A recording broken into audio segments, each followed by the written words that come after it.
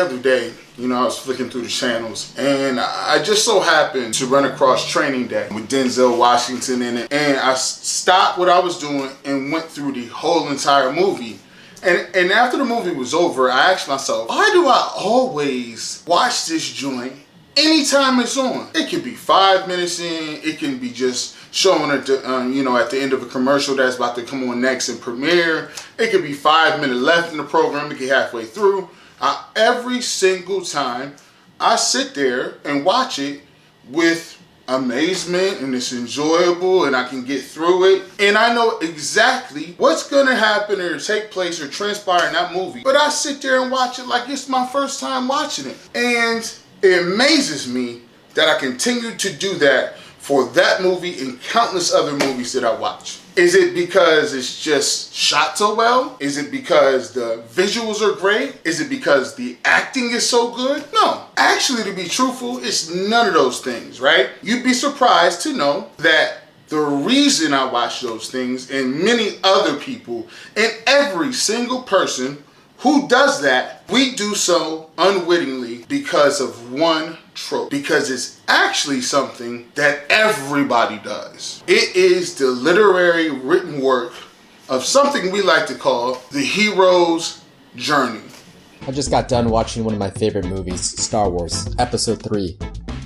While watching it, I couldn't help but be drawn into the movie, especially into Luke Skywalker's story. It reminded me a lot of many heroic stories that I've heard before. That's because his journey in Star Wars has been modeled after the same heroic journey that humans have been recounting for thousands of years. This is what some call the hero's journey. Others call this the monomyth. And it's a literary work that is in every single piece of literature, writing, story, short story, film, anything you want to say. It's in every single journey that involves human nature and following someone through a tale, a fictional tale, a biography, even documentaries, right? The idea of the hero's journey was first brought to light by Joseph Campbell in his book, The Hero with 1,000 Faces. This heroic journey is described by Campbell as when a hero ventures forth from the world of common day into a region of supernatural wonder. Fabulous forces are there encountered, and a decisive victory is won. The hero comes back from this mysterious adventure with the power to bestow boons on his fellow man.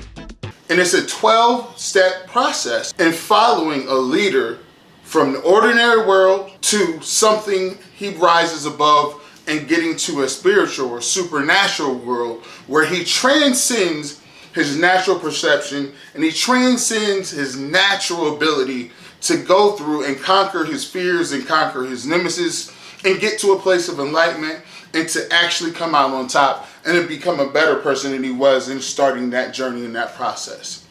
And it's in every aspect of life. And that brings me to a very important blog that I want to do here today, and it calls for the rest of the story. One of the situations that I've been looking at and doing is I've been on Twitter a lot. I had a lot of individuals inbox me and say in DMs and different other messages like, G. Bush, why is it that so many people have rose-colored glasses and blinders on in terms of Baker Mayfield? Can you explain that to me? I don't understand how two people can be watching the same game that I'm watching, and they could be watching a game where, he's not making the reads he's supposed to. He's not out here delivering the ball. He's inaccurate. He has fast feet in the pocket. He's uncomfortable in the pocket. And how is it that they don't see the same things other people are seeing? And so I always break things down and tell you that it's not just about sports. It's not about mechanics. It's not even about the results. It has to do with human nature and psychology. So when you go and look at it, it's the reason that they are against you, or they're never going to go about not agreeing with Baker Mayfield, and they're going to support him, especially a segment of the population will always support Baker Mayfield, is strictly from a scientific, psychological standpoint. I'll give you 3 reasons, and you have to get this. If you've never watched a blog of mine, please, this is the one to do it, because this is a very important idea that I want you to get. Number one, and this is one of the easiest ones. The reason why people will never turn on Baker Mayfield until he's actually signed, sealed, delivered out of the door is because there's no readily available alternative. Why do they need to be declarative, right? Why would you need to be declarative at this point when there's no clear alternative to replacing him? It's a very uncomfortable thing to choose an alternative that's a question mark. Most people already understand that Case Keenum is not a literal upgrade to Baker Mayfield. Most people know that Case Keenum is not going to lead you to some sort of promised land, right? So them coming out and being on record and being critical of Baker Mayfield is something that makes no sense to them. It does you no good to come out and say Baker's not the guy, because the scariest thing about your quarterback not being good enough to take you to the Super Bowl is admitting that your quarterback is not good enough to take you to the Super Bowl and not having a plan to replace him. Because to be truthful, you know the team is not bad enough in order to get the number 1, number 2, number 3 pick in the draft. You know it's so difficult to trade up and get other assets to move up and get one of those quarterbacks. And you also know that it's very difficult to say or to know who's available in free agency in order to get a quarterback. So it makes no sense for them. It's so difficult to jump off a roof with a napkin and say Baker Mayfield needs to go or Baker Mayfield's not playing well,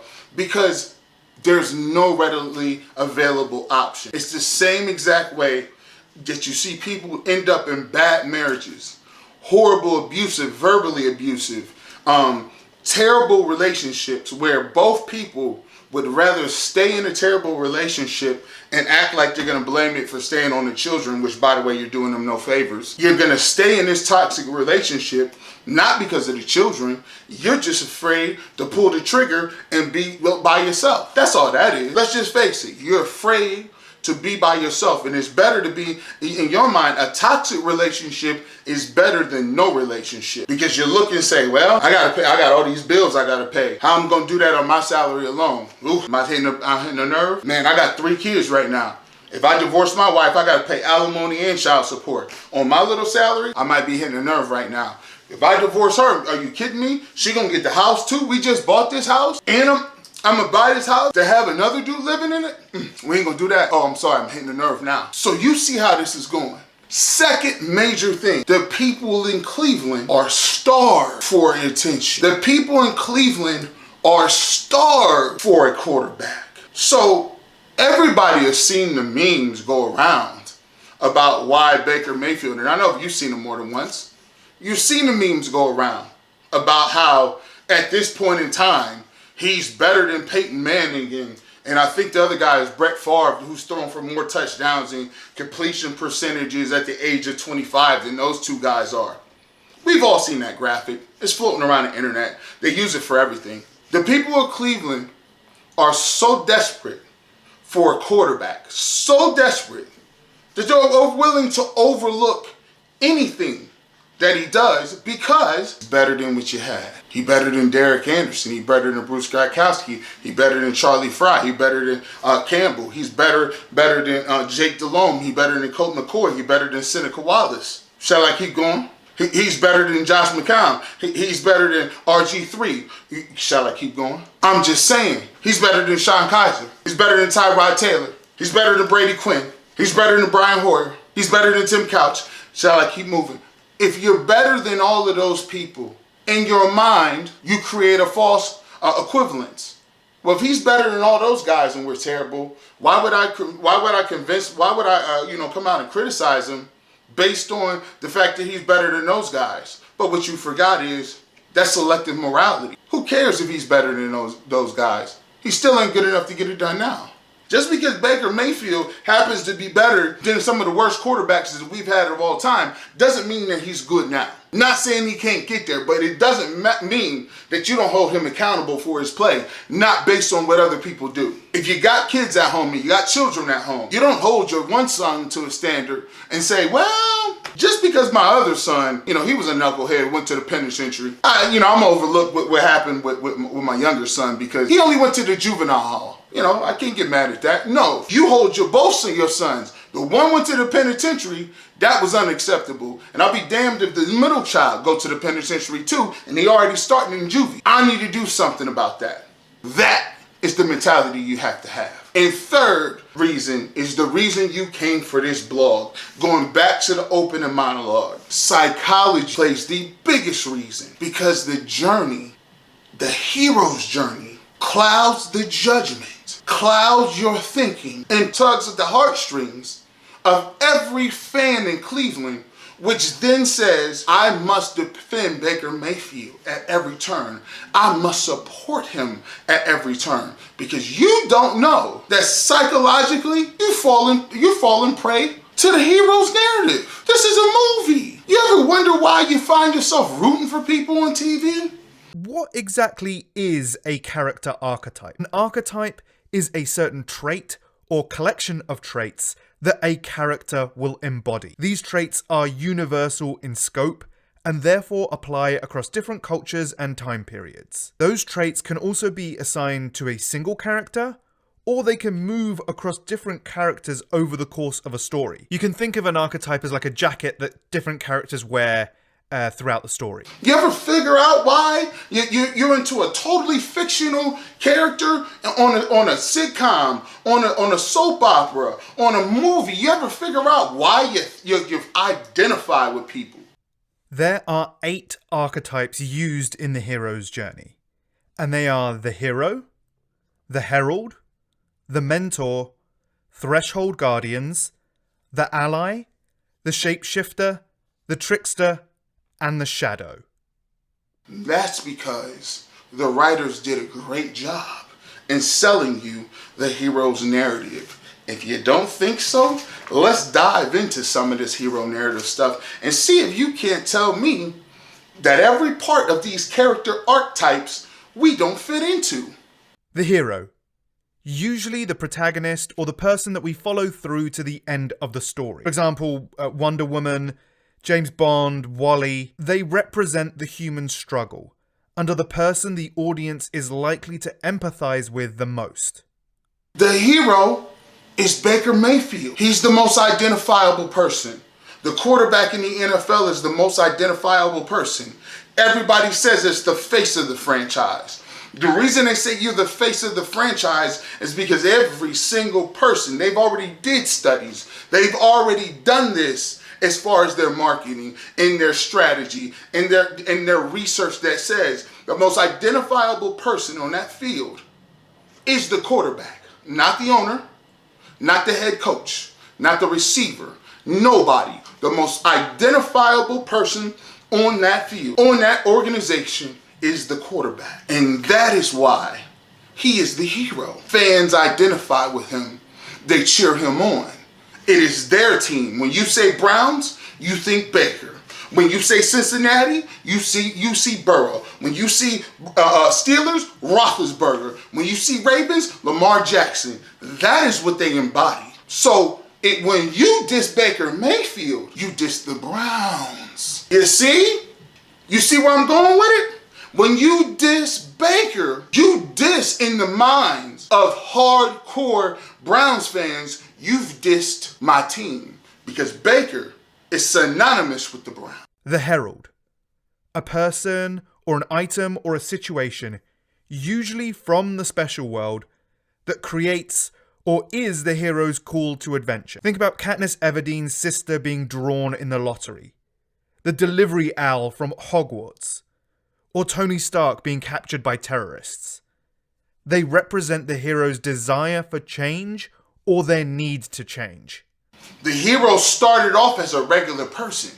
He started off, but he needs something as a catalyst to move him through a metamorphosis to start his journey. The herald in this case, when you look at it, is the Cleveland Browns' need to become relevant in the league. The Cleveland Browns' need to wake a sleeping giant. The Cleveland Browns need to have a savior. The Cleveland Browns need to find a quarterback. And that is the catalyst for Baker Mayfield being drafted #1 overall. That is the catalyst. Baker's been drafted. Now he comes here, and his herald and his responsibility to making this journey to being a guy who's transformative, to being a better quarterback. That comes from the herald, which is the task at hand, getting the Cleveland Browns to be a Super Bowl contending playoff team year in and year out. That's his task. Without that task, Baker Mayfield doesn't go back to what he's doing. Baker Mayfield never starts his hero journey, his 12-step process from going to a regular person, a regular quarterback, to becoming transformative and life-changing in his narrative loop. See where we're going with it? Let's keep building. We at a 3 now. Let's see if we can keep moving with that. The mentor, a teacher or guide who has been to or has knowledge of the special world. They'll give the hero advice, items or tools that will help them on their journey. Popular ones would be Gandalf, Obi-Wan Kenobi, Mr. Miyagi. They represent the hero's conscience, or rather the hero's need or desire to be better. Mentor is the head coach. Mentor at this point is Kevin Stefanski. That's the person who's molding, shaping, giving the tools to Baker Mayfield, revamping the playbook, mechanics, figuring out ways to get him better, being a mentor, talking to him, giving him the tools and wherewithal to go out and make his journey. Baker's journey starts at the top for maturity, working on some of those things, working on his maturity, his optics, making sure he knows the playbook, footwork, ball placement, carrying out his fakes, the small things. That is what the mentor does. And when you look at the mentor naturally is the head coach of the football team. If something goes wrong with Baker, the mentor is exposable. He's expendable. Because we look at it and say, the Cleveland Browns, once again, 1 times A is the same as A times 1. Baker Mayfield being the franchise, face of the franchise, that's the term, means the Cleveland Browns are Baker Mayfield.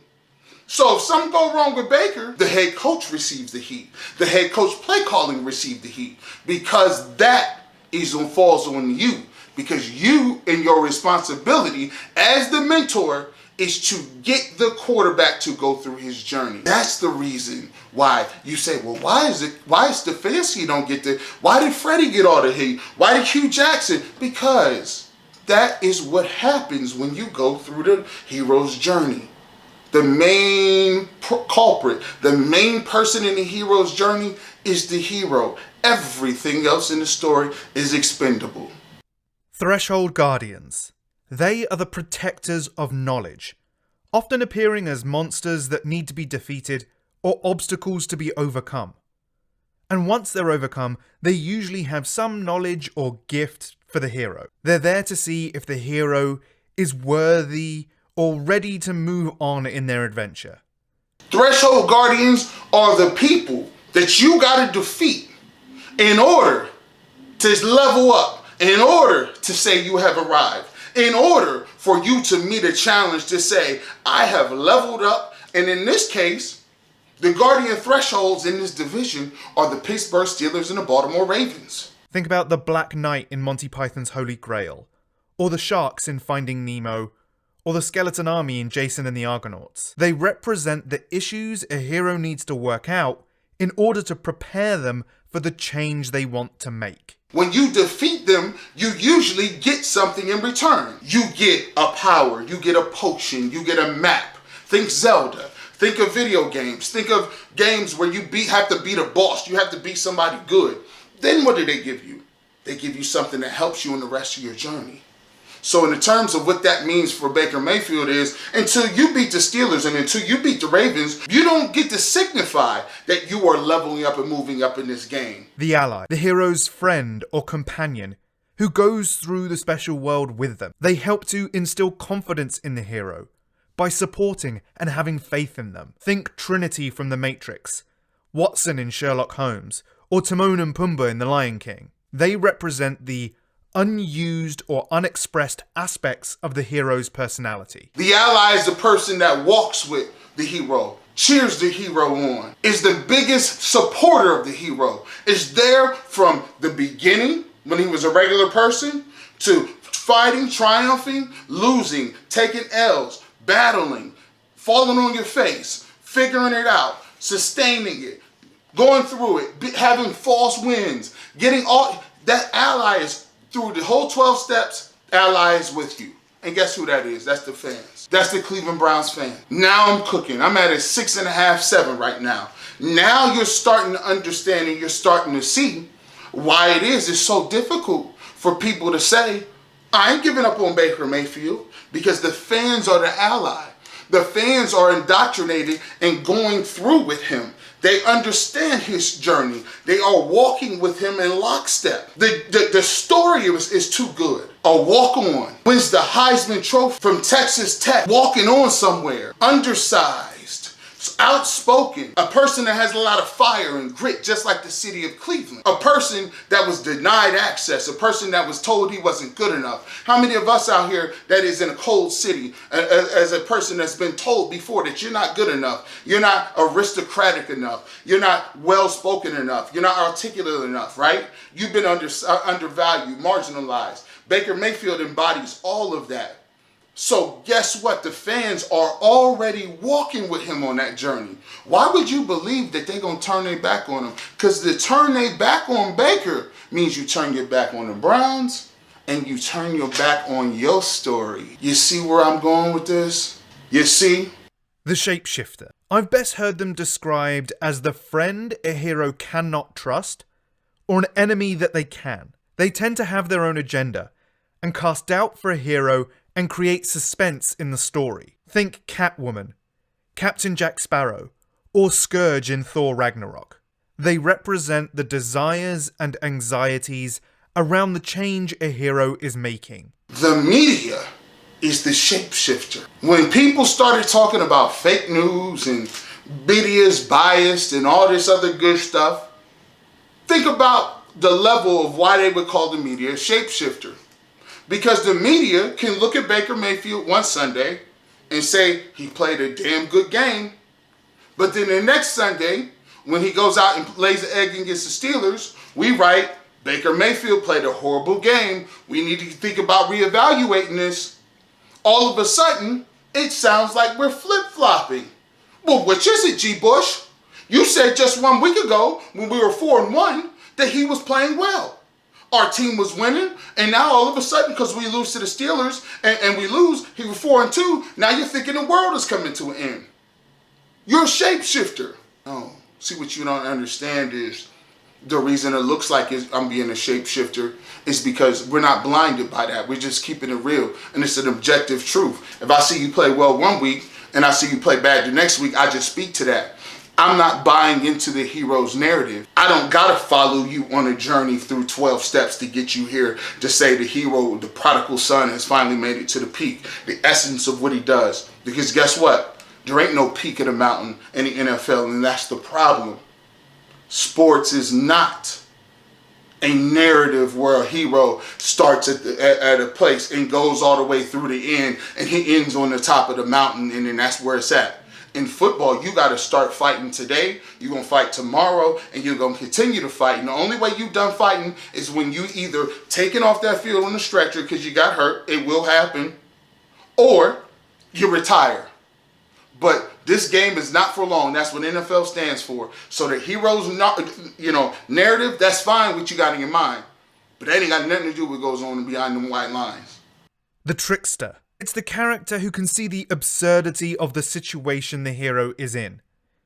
Because of this role, they're often the comic relief in a story. But really, they're the catalysts for chaos in the story.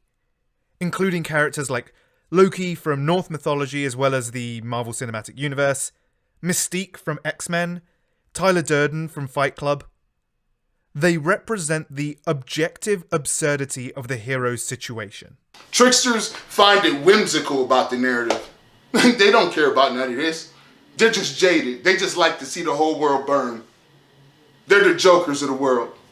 They laugh and joke at both sides. Oh, y'all thought Baker was good? He ain't another 5-foot quarterback, and the Browns fans think they had something. Y'all ain't have nothing. They're the fans that root for Pittsburgh just because to see you squirm. Yeah, it's like politics. You know, you've heard it before. I just want to see the libs squirrel.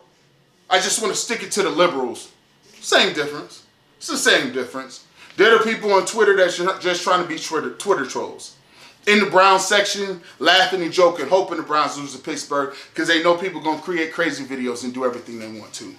The shadow. It's the most dangerous obstacle the hero has to overcome in order to change. They will be the opposing force trying to stop the hero from changing. Think Darth Vader from Star Wars.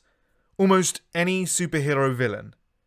Ivan Drago in Rocky. They represent the rejected aspects of the hero that the hero will either need to integrate or control in order to make the change that they are looking for. And the shadow for Baker Mayfield is simple. A lack of talent and ego. Both of those things are devastating. And you don't have that good of a talent base. And when you also couple that with the ignorant level of ego that you exude, you're done. Because instead of working on your game when everybody else is working on it, you came out last year and said that, we thought it was going to be easy. We thought it was easy. You rested a year last year. Now you're behind the 8 ball because now you got a new coach. He's asking you to do new stuff. And all of a sudden you're struggling with it. You're struggling with it. That's on you. So when we look at this, it's quite simple. It's quite simple. When you want to know why it is that people will never turn on Baker Mayfield, a certain population, it's because they've bought into the narrative of a hero. They've bought into the underdog syndrome. They've bought in hook, line, and sinker. And this is a storyline. The hero's narrative is in every literary work that's ever been done. And this too is a part of life of the hero's narrative and the hero's journey. And this is on steroids. Because Baker Mayfield walked on. He was never supposed to be, in the eyes of many scouts, a #1 pick. He wins the Heisman. He comes in, he lights it up his first year. And now fans are emotionally, psychologically, and mentally invested in Baker. There's no alternative to bringing in somebody that's better than him. There's no alternative of how you go about replacing him. And also the Cleveland Browns need a savior. They've needed one. Why do you think that when you look at it in terms of it, the Browns over-romanticized Bernie Kosar to the same extent? Bernie was a good quarterback. Clay Matthews was a decent and good linebacker. But when you want to look at that era of quarterbacks and how Bernie was getting down, he wasn't in the top. He wasn't no top flight quarterback. He just happened to play for the Browns. No disrespect. I love what you did. But going back to that era, when you're looking at who he was playing with, he ain't better than Warren Moon. He wasn't better than Montana. He wasn't better than Young. He wasn't better than Aikman. He wasn't better than Kelly. He really wasn't better than, guys at the time like Randall Cunningham. He was not a guy that was a dominant player back then. But here in Cleveland, because we haven't had anything, we overinflate what you are on a scale outside of Cleveland. And that continues to happen. It continues to happen. So when you guys look at Baker and when you evaluate how he plays, and you evaluate why is it that people give him the benefit of the doubt, is because they, in their mind, are watching a television program. They're listening to a novel. They are watching a hero's journey. And they are an ally, invested emotionally with this individual going through the process. That's why. And they will not turn on him until it is clear. And clear means the Cleveland Browns have traded or cut or moved on from Baker Mayfield. And it better say at the bottom of the screen. It better say in bold letters. But if he has one snap in him, if he got one last breath in him, they will rock with him till the wheels fall off. As always, please like and subscribe to the channel because ain't nobody giving it to you like this. I'm just saying. Peace, love, and soul.